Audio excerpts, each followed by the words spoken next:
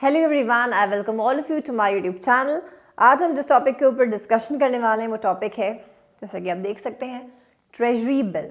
Treasury bill क्या होता है आज हम इस वीडियो में क्लियर कर लेंगे everything about treasury bill. So I welcome all of you again. Let's start the video.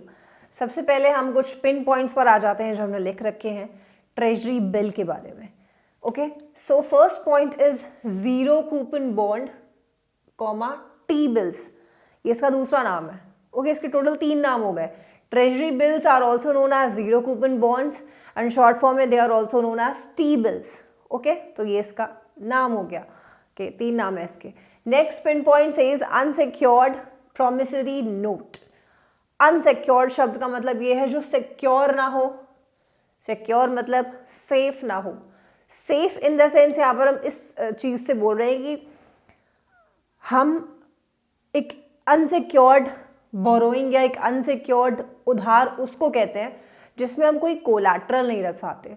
Okay, for example आपने अपने फ्रेंड को पैसे दिए, आपने उससे बदले में ये नहीं कहा कि तुम अपनी माँ का वो नेकलेस मेरे को रखवाओ या तुम मेरे को अपनी पापा की दुकान के कागज़ रखवाओ। नहीं, आपने बिना किसी कोलैटरल के, बिना किसी सिक्योरिटी के उसको डेट दे दिया, उसे उधार दे दिया। इन that case your loan is an unsecured loan. On the other hand, अगर आप उससे कुछ दुकान के कागज़, उसकी मम्मी की कुछ ज्वेलरीज आप मंगवा लेते, इन दैट केस आपका वो लोन क्या हो जाता, सिक्योर। अगर वो कभी डिफ़ॉल्ट करेगा भी तो आपके पास ज्वेलरी रखी हुई है, आप उसे बेच के कवर कर सकते हैं। आपके पास दुकान के कागज़ रखे हुए, उसे बेच कर आप उसे कवर कर सकते हैं।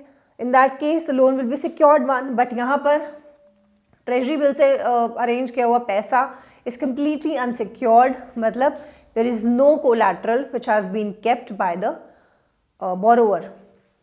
प्रॉमिसरी नोट, प्रॉमिसरी मीन्स एक वादा, अ प्रॉमिस टू रीपे। ठीक है, कागज़ पर लिख कर दे दिया मैं तुम्हें इस डेट पे तुम्हारे पैसे तुम्हें वापस दे दूंगा। इन दैट केस वो बन जाएगा एक promissory note. Third pin point is short term borrowing by RBI on the behalf of the government of India.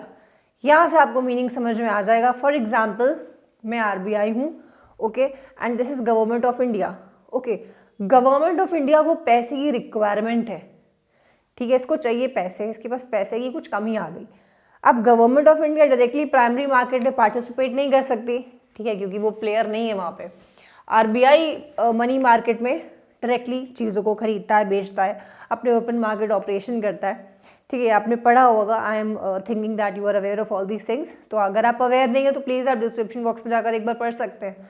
तो यहाँ पर हम मानते हैं कि गवर्नमेंट ऑफ इंडिया को मनी की रिक्वायरमेंट है। अब गवर्नमेंट ऑफ इंडिया खुद उस मार्केट का प्लेयर नहीं है तो ये खुद से नहीं मांग सकता।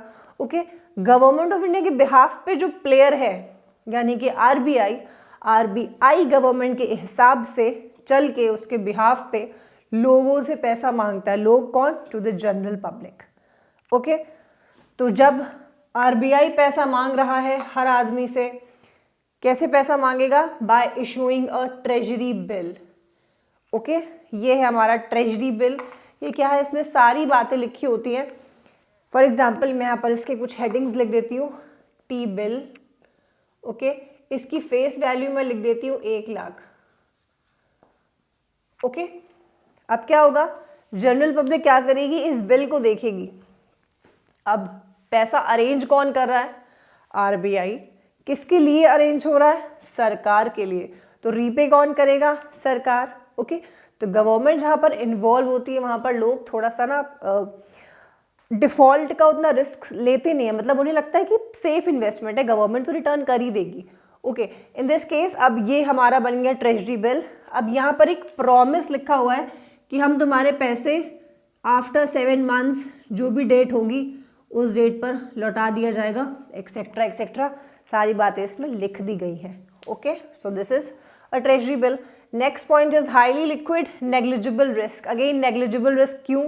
नेग्लिजिबल रिस्क इस वजह से because government of India is involved, हमें डिफॉल्ट का रिस्क कम हो जाता है या फिर उतना होता नहीं है।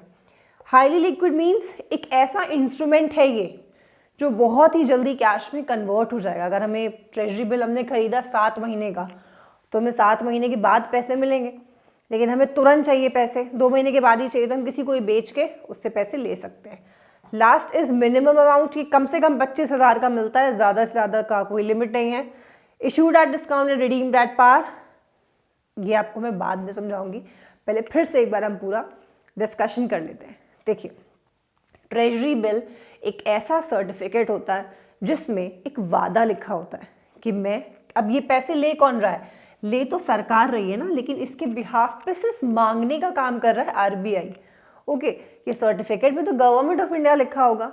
ओके, अब गवर्नमेंट ऑफ इंडिया पैसे मांग रही है, किसने 1-1 लाख रुपए सबसे मांगे जनरल पब्लिक से, अब बदले में सरकार अपनी कोलैटरल प्रॉपर्टी तो रखवाने नहीं लग जाएगी, ठीक है, तो एक सर्टिफिकेट इशू करती है, एक सर्टिफिकेट, एक पीस ऑफ पेपर इशू करती है। उस पेपर पर ये सारी बातें लिखी होती है जो यहाँ पर लिखी हुई हैं, और भी चीज़ें लिखी होती हैं, आपको इतनी ही जाननी है, तो ये बातें यहाँ पर लिखी होती हैं।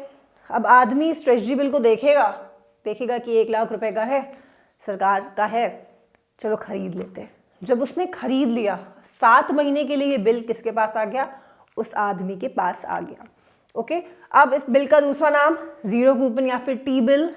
अनसिक्योर्ड है क्योंकि सरकार की कोई कोलैटरल है नहीं, प्रॉमिसरी है क्योंकि वादा है इस पे लिखने का, वादा है इसमें पैसा वापस देने का। शॉर्ट टर्म बोरोइंग है, मतलब 1 साल के अंदर अंदर आपको इससे पैसा वापस दे दिया जाएगा।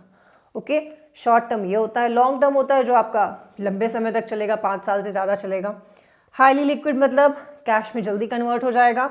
नेग्लिजिबल रिस्क मतलब क्योंकि सरकार पैसा आपसे ले रही है, उधार पे ले रही है, तो आपको रिस्क उतना है नहीं, रीपेमेंट हो जाती है। Minimum amount of 25,000 and issued at discount and redeemed at par. इसका मतलब आप बहुत ध्यान से सुनिएगा, इसके फेस पे कितना लिखा है, इसकी फेस वैल्यू क्या है, इसकी फेस वैल्यू है 1 लाख रुपए, मतलब ये आपको 1 लाख रुपए में मिलेगा। बट इशूड एट डिस्काउंट है, इशूड एट डिस्काउंट मीन्स ये डिस्काउंट में मिलेगा। इसका एमआरपी आप मान लो, इसे अभी इजी लैंग्वेज में हम समझते हैं, इसका एमआरपी है 1 लाख रुपए, लेकिन ये आपको 95,000 में मिल रहा है। ओके, ठीक, आपने इसको 95,000 में खरीद लिया, 7 महीनों के लिए आपके पास रहेगा, ठीक है। जब आप 7 महीने के बाद सरकार से अपना पैसा वापस मांगने जाएंगे, इन that case you should get 95 के, मतलब जितने पैसे आपने दिए उतने प्लस रेट ऑफ इंटरेस्ट जो भी दोगे, लेकिन आपको बदले में कितना मिलेगा, बदले में आपको मिलेगा ये 1 लाख रुपए। तो एक्स्ट्रा कितना मिला, एक्स्ट्रा आपको मिला 5,000 रुपये। तो इस 5,000 रुपये को क्या मान लीजिए, रेट ऑफ इंटरेस्ट। ओके, इसको हम कहते हैं issued at discount and redeemed at par, मतलब फेस वैल्यू जो भी थी उससे कम रेट पे बिका।